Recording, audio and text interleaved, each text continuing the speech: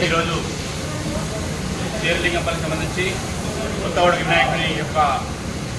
రూపంతో పాటు బాలాపూర్లో అయితే వినాయకుడు ఉంటాడో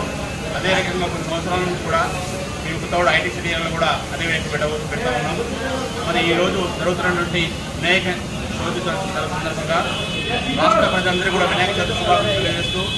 రాష్ట్రంలో జరుగుతున్నటువంటి వినాయక చవితిని అందరూ కూడా యువత ఎంతో బ్రహ్మాండంగా జరుపుకుంటున్నారు. కాబట్టి అందరూ కూడా అదే రకంగా జరుపుకొని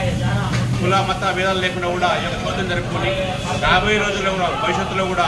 యువతకు ఆదర్శం నిలిచే విధంగా మన ఈ యొక్క పండుగలు నిలవాలని మరి ఈ యొక్క బాలాపూర్ వినాయకుడితో పాటు మరి మా కొత్తవాడకు సంబంధించిన చేరలింగంపల్లి ఐటీకి సంబంధించిన వినాయకుడు కూడా ఈరోజు తీసుకోవడం రావడం జరిగింది. మరి రేపు రాబోయే రోజుల్లో కూడా భారీ ఎత్తున వినాయకుడు చేస్తూ